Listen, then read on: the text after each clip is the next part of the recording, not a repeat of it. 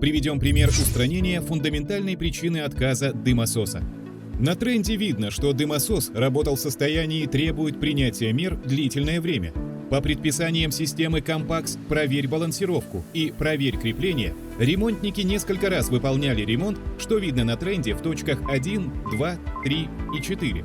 В ходе ремонта они выполняли обтяжку крепления, статическую балансировку и центровку валов дымососа.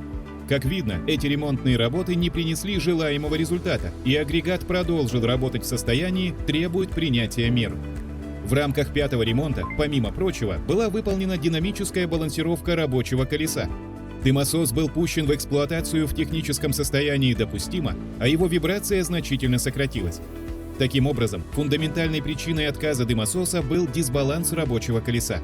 Устранение этой причины не только снизило риск дальнейших внезапных отказов, но и позволило внести дополнение в части включения динамической балансировки рабочего колеса в существующую карту техобслуживания подобного оборудования.